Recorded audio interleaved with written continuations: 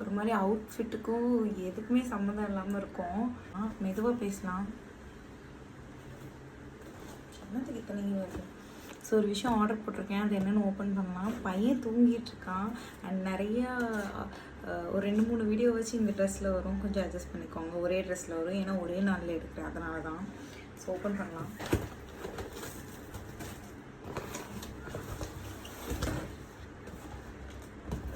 Wait loss machine, weight loss மிஷின்ட்டு. So weight பார்க்குற machine தான். சும்மா ஹாஸ்பிட்டல் போகும்போது தான் பார்க்க முடியுது. சும்மா பார்க்கணுன்னு தோணும்போது, நான் வந்து டெலிவரிக்கு அப்புறம் வெயிட்டே பார்க்கல, இப்போ தான் பார்க்க போகிறேன்.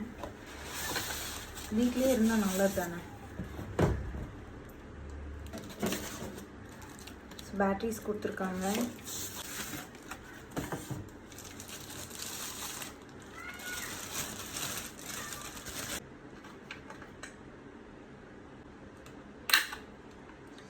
இப்போவே உடச்சிருவேன்.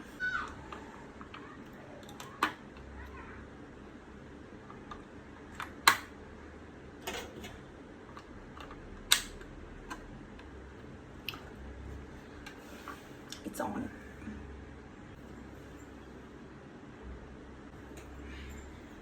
பார்க்கலாம்.